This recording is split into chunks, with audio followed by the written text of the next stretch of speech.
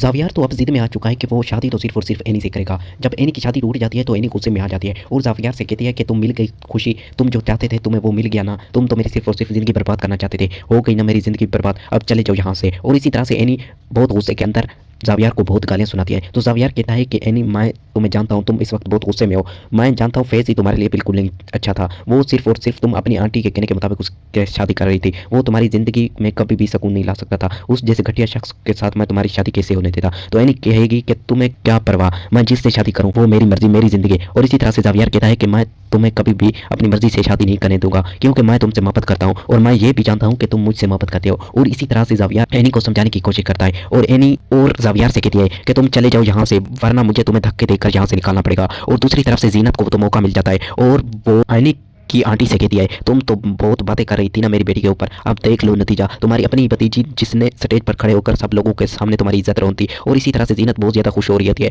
और वो ज़ावियर से कहेगी कि तुम इस लड़की से बिल्कुल शादी ना करो, क्योंकि वो सिर्फ और सिर्फ बदला लेना चाहती है। दूसरी तरफ से ज़ावियर जो कि एनी की मोहब्बत में इस कदर पागल हो चुका है, जब को उसका वालिद उसके पास आता है और कहता है कि बेटा चलो यहाँ से, एनी ने तुम्हें अब इनकार कर दिया है। तो ज़ावियर कहता है कि मैं जानता हूँ उसका निकाह मेरे सिवा किसी और से नहीं हो सकता, मैं उससे मोहब्बत करता हूँ और मैं उससे शादी करके रहूँगा। और इसी तरह से शकील अहमद एनी के पास आएगा और एनी से कहेगा कि बेटा मैं जानता हूँ ज़ावियर से अच्छा लड़का तुम्हें अपनी ज़िंदगी के अंदर नहीं मिलेगा जो कि तुम्हारी इज्जत की हिफाजत कर सके। और इसी तरह से शकील अहमद हाथ उठाकर कहेगा कि बेटा तुम मान जाओ, ज़ावियर तुमसे बहुत मोहब्बत करता है। और इसी तरह से एनी ज़ावियर के साथ शादी करने के लिए तैयार हो जाएगी। दोस्तों आप लोगों को क्या लगता है, क्या शादी के बाद ज़ावियर और एनी का रिश्ता ज़्यादा देर तक चल पाएगा या नहीं?